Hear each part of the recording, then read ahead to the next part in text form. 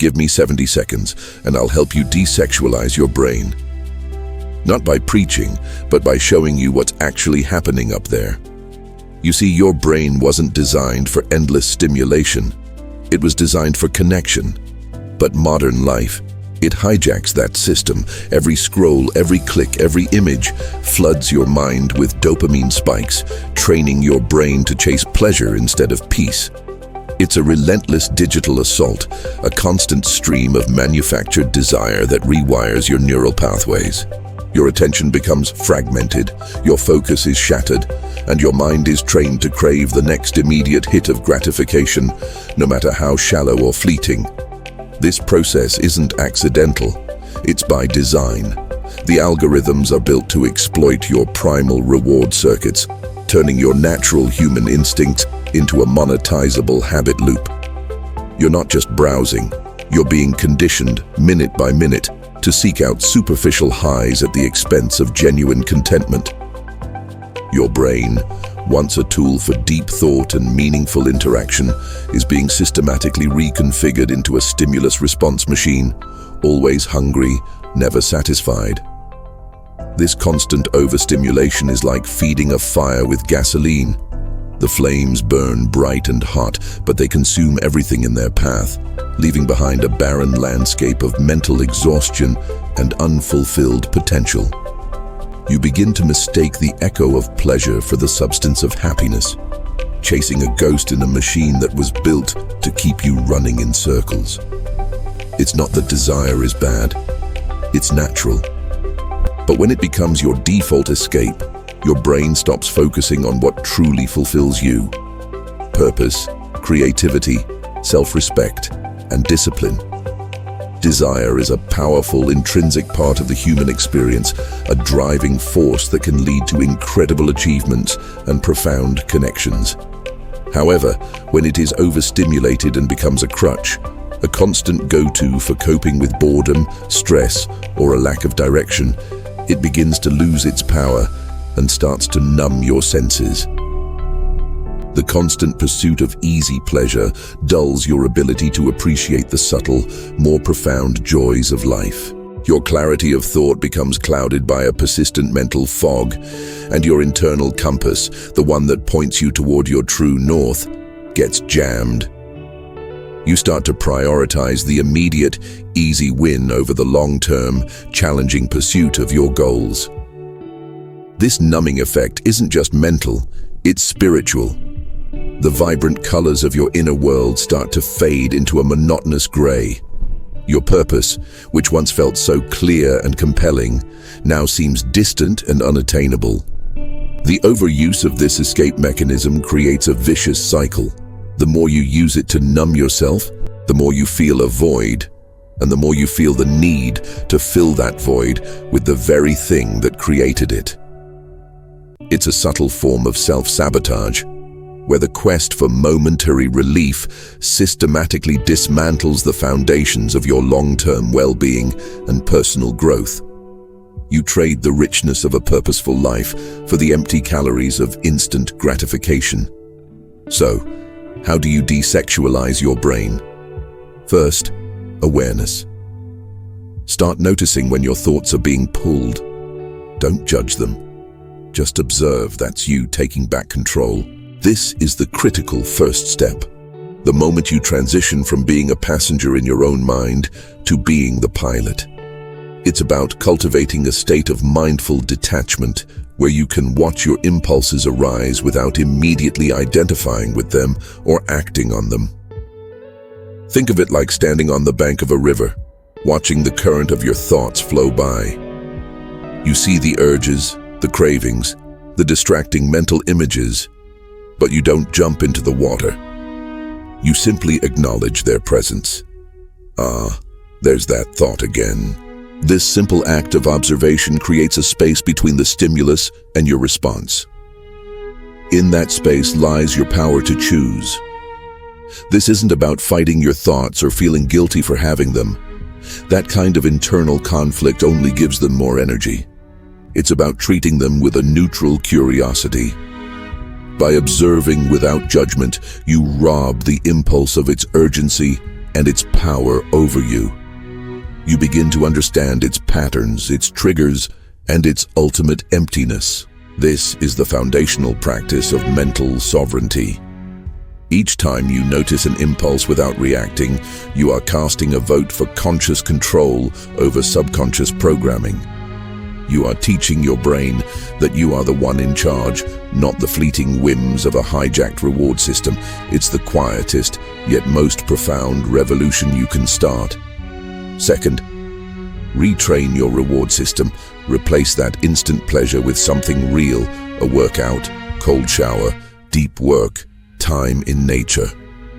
Each time you resist, your brain rewires. This is where you actively rebuild your neural architecture. Your brain has been conditioned to expect a reward from a specific, low-effort source. Now, you must teach it to find satisfaction in actions that build you up. It's a process of substitution. When the urge for a quick dopamine hit strikes, you must have a pre-planned positive alternative ready to deploy. Instead of a mindless scroll, you choose a strenuous set of push-ups. Instead of a passive indulgence, you choose the bracing shock of a cold shower. Instead of succumbing to a mental detour, you dive headfirst into a challenging task that demands your full concentration. At first, this will feel difficult. Your brain will protest, screaming for the familiar, easy pleasure. But every single time you choose the harder, more meaningful action, you are carving a new neural pathway.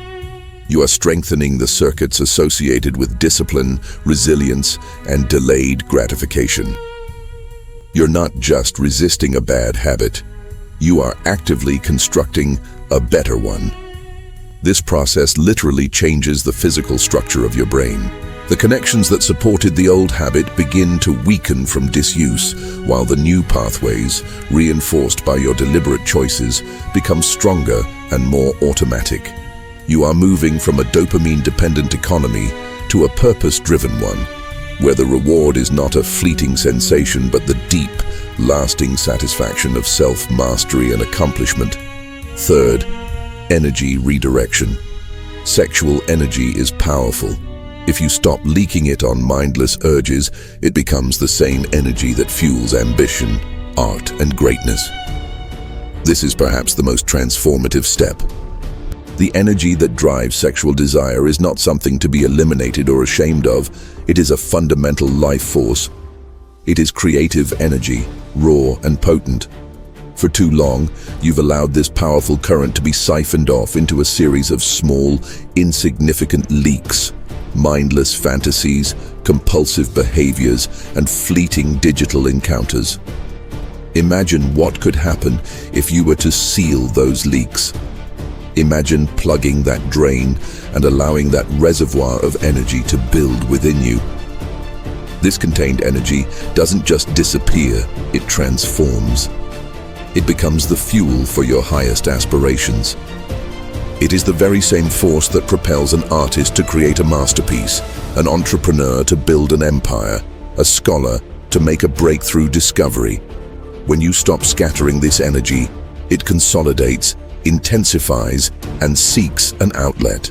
Your job is to consciously direct it toward your goals. Channel it into your work, and you'll find a new level of focus and drive. Funnel it into your creative pursuits, and you'll unlock inspiration you never knew you had. Invest it in your physical training, and you'll discover new reserves of strength and endurance. This isn't about suppressing your nature, it's about elevating it. It's about harnessing one of the most powerful forces within you and making it a conscious ally in the creation of the life you want to live. You stop being a passive vessel for your urges and become an alchemist, transmuting raw desire into tangible achievement. The goal isn't suppression, it's mastery. You're not fighting your nature, you're reclaiming your focus. This is a crucial distinction. Suppression is a battle fought from a place of fear and shame. It's an attempt to deny a part of yourself, to push it down into the darkness, where it inevitably festers and grows stronger. Suppression is a constant draining war against your own biology, a war you are destined to lose. Mastery, on the other hand, is an act of wisdom and self-respect. It comes from a place of understanding. It acknowledges the power of your natural drives, but refuses to be enslaved by them. Mastery is not about eliminating desire, but about integrating it into a larger, more coherent vision for your life.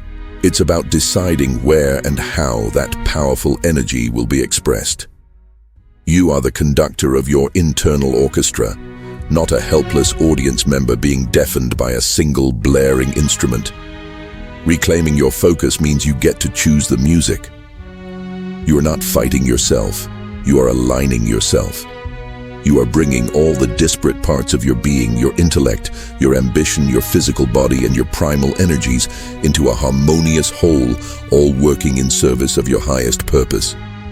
This is the path of the conscious human, the individual who chooses to be the master of their inner world rather than a victim of its chaotic whims. So next time temptation calls, remember this: your attention is the most valuable currency in the world. Spend it on things that build you, not break you.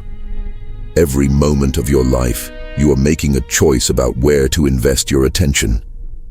It is the raw material from which your reality is constructed. The digital world is in a constant, fierce competition for this currency.